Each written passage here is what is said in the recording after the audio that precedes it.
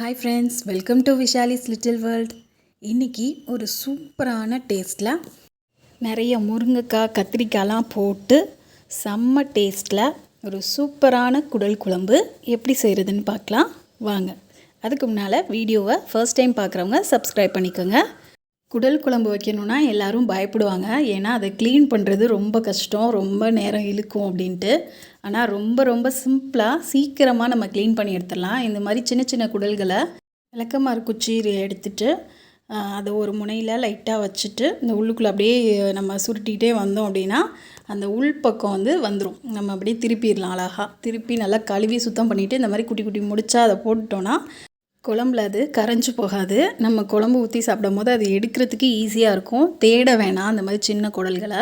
இந்த மாதிரி இருக்கிற அந்த இதை சுடுதண்ணி வச்சுட்டு ஒரு 10 நிமிஷம் ஊற விட்டிங்கன்னா மேலே இருக்க அந்த கருப்பாக இருக்கிற தோல்லாம் சாஃப்டாகிடும். நம்ம அப்படி கத்தி வச்சு சொரணும் அப்படின்னா ஈஸியாக வந்துடும்.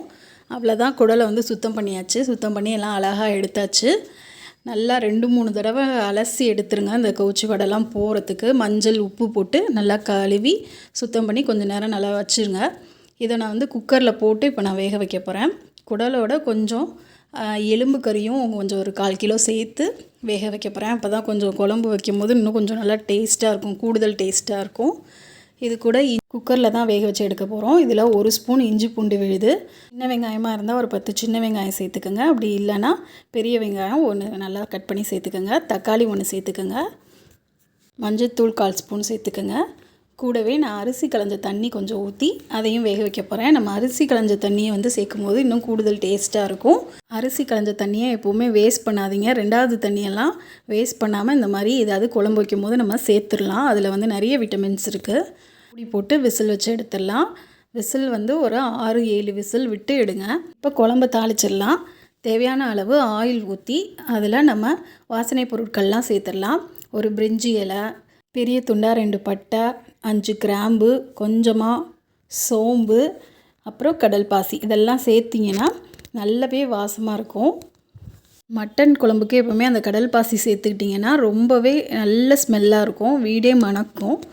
இதெல்லாம் நல்லா தாளித்ததுக்கப்புறமா ஒரு பெரிய வெங்காயம் நல்லா கட் பண்ணி வச்சுருக்கேன், அதை இது கூட சேர்த்துக்குவோம். அதையும் நல்லா தாளித்து விட்டுட்டு வெங்காயம் நல்லா வதங்கி வந்ததுக்கப்புறமா 1 ஸ்பூன் இஞ்சி பூண்டு விழுது சேர்க்குறோம். ஏற்கனவே குடல் வேக வைக்கும் போது 1 ஸ்பூன் சேர்த்துருக்கோம். அப்போ மொத்தமாக 2 ஸ்பூன் இஞ்சி பூண்டு விழுது நான் சேர்த்துருக்கேன். உங்களுக்கு தேவையான அளவு பார்த்து சேர்த்துக்கோங்க. எல்லாம் நல்லா வதங்கி வரணும். பச்சை வாசனை எல்லாம் போய் நல்லா வதங்கி வந்ததுக்கப்புறமா இது கூடவே ஒரு கொத்து கருவேப்பிலை சேர்த்துக்கலாம். முன்னாடியே சேர்த்தா கருவேப்பிலை ரொம்ப கரிஞ்சு போயிடும், அதனால தான் இந்த டைமில் சேர்க்குறேன். அது கூட 2 தக்காளி, மீடியம் சைஸில் 2 தக்காளி சேர்த்துருக்கேன். இதையும் நல்லா சேர்த்துட்டு தேவையான அளவு உப்பு சேர்த்து வதக்கி விடுங்க. குக்கர்லேயே ஏற்கனவே வேக வைக்கும் போது உப்பு சேர்த்துருக்கோம், அதனால் பார்த்துட்டு சேர்த்துக்கோங்க. உப்பு ஜாஸ்தியாக சேர்த்துறாதீங்க. நல்லா குழஞ்சி வந்ததுக்கப்புறமா இது கூடவே மஞ்சள்தூள் 1/4 ஸ்பூன் சேர்த்து அதையும் நல்லா கலந்து விட்டுருங்க. தக்காளி வேக வைக்கும் போது மஞ்சள்தூளும் உப்பும் சேர்த்தோன்னா நல்லா இந்த மாதிரி குழஞ்சி வந்துடும். இந்த டைமில் 1 ஸ்பூன் மிளகாய் தூள் ஆட் பண்ணிக்கிறேன்.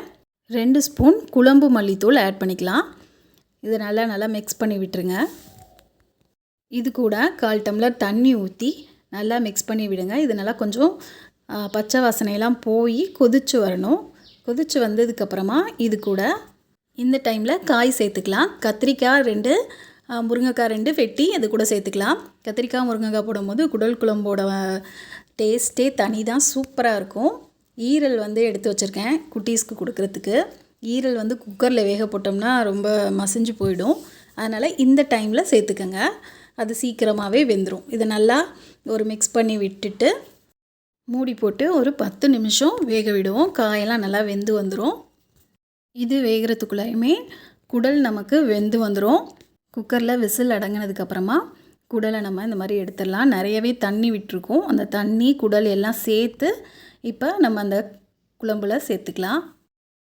குடல் எல்லாத்தையும் சேர்த்து நல்லா மிக்ஸ் பண்ணி விடுங்க. தேவையான அளவு இந்த டைமில் பார்த்து தண்ணி சேர்த்துக்கோங்க. நான் குக்கரில் வேக வைக்கும் போது இருந்த தண்ணியே கரெக்டாக இருந்தது, போதுமான அளவாக இருந்தது.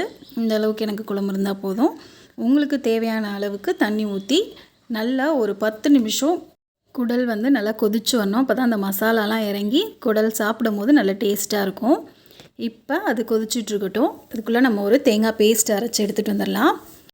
1/4 மூடி தேங்காய், ஒரு 10 முந்திரி, 1 ஸ்பூன் சோம்பு, 1/4 ஸ்பூன் கசகசா சேர்த்துக்கோங்க. கசகசா சேர்க்கும் போது வீடியோ எடுக்க முடியல. எல்லாம் சேர்த்து நல்லா நைஸாக பேஸ்ட் அரைச்சி எடுத்துக்கோங்க. இப்போ நம்ம அந்த கொதிக்கிற குழம்புல அதை சேர்த்துருவோம். தேங்காய் பேஸ்ட்டு சேர்த்து ஒரு 5 நிமிஷம் இருந்தால் போதும். குழம்பு சூப்பராக ரெடி ஆகிடும். கடைசியாக மல்லித்தலை தூவி சுட சுட சர்வ் பண்ணுங்கள். சூப்பரான டேஸ்ட்டோடு இருக்கும். செஞ்சு பார்த்துட்டு எப்படி இருந்ததுன்னு எனக்கு கமெண்ட்டில் சொல்லுங்கள். இந்த வீடியோ பிடிச்சிருந்துச்சுன்னா ஒரு லைக் கொடுத்துருங்க. இதே மாதிரி ஒரு சூப்பரான வீடியோட அடுத்த இதில் உங்களை சந்திக்கிறேன். தேங்க்ஸ் ஃபார் வாட்சிங். Bye friends.